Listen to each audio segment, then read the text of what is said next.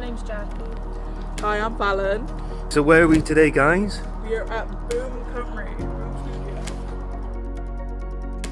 What did you guys think of the trip here?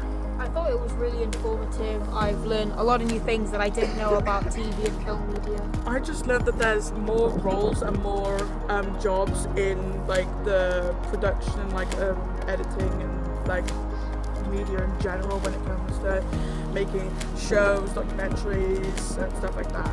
Did you guys enjoy the tour? Oh, totally. Absolutely loved every minute of it. For me, it was seeing the S4C studio. I used to watch it all the time, and to actually be stood where they filmed the Saturday show, I felt really special. My favourite room was the Dolby Atmos surround sound room. I am a avid video gamer, so a lot of the time I need good headphones. So it was nice to see it in real life, on the big screen and in the room itself. It was like being in the cinema. It was really cool. Yeah, it was super cool. Yeah.